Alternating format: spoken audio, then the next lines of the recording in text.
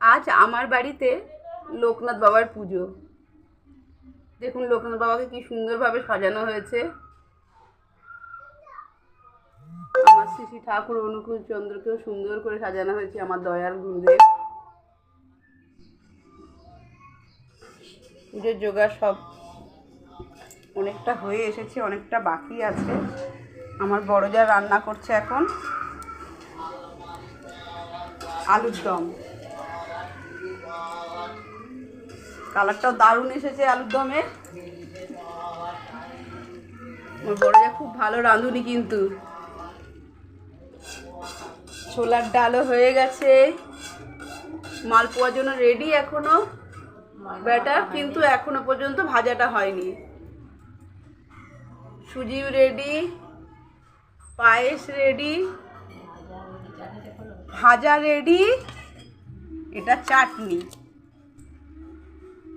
এগুলো ফল এখনো কাটা হয়নি, যেহেতু ঠাকুর মশাই পরে আসবে সেহেতু ফলটা এক তাড়াতাড়ি কাটিনি, কাটবো। আলুর দম হয়ে গেছে, পোলাওটা দেরি আছে।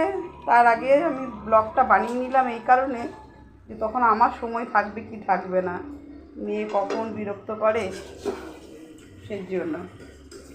তো তোমরা সঙ্গে থাকো। লুচি ভাজা হয়ে গেছে, কটাই করা হয়েছে, পরে করা হবে। এখন ভাজা হচ্ছে মালপোয়া। লুচি আর মালপোয়ার দায়িত্বটা পড়েছে আমার ওপরে।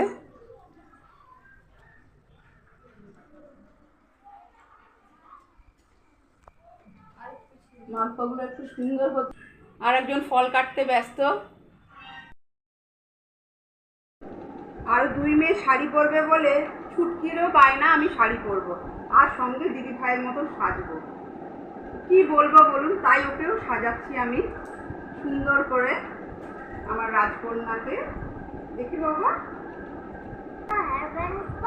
হ্যাঁ শাড়ি পরেছে, ওই দিদিরাও শাড়ি পরেছে, ও শাড়ি পরবে। এই গরমে শাড়ি পরেছে। আচ্ছা ঠিক আছে, কেমন লাগছে দেখতে আমার বলুন, আমার ছোট্ট মিষ্টি সত্যি ভালো লাগছে।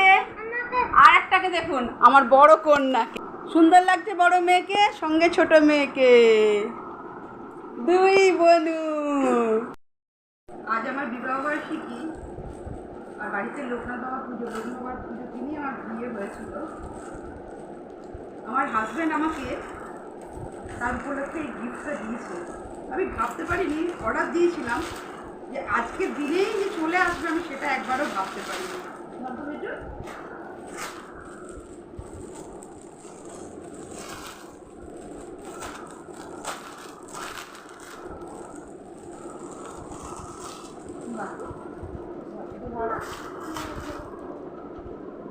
খুব সুন্দর শাড়িটা, দারুণ হয়েছে, আমার খুব পছন্দ। Thank you.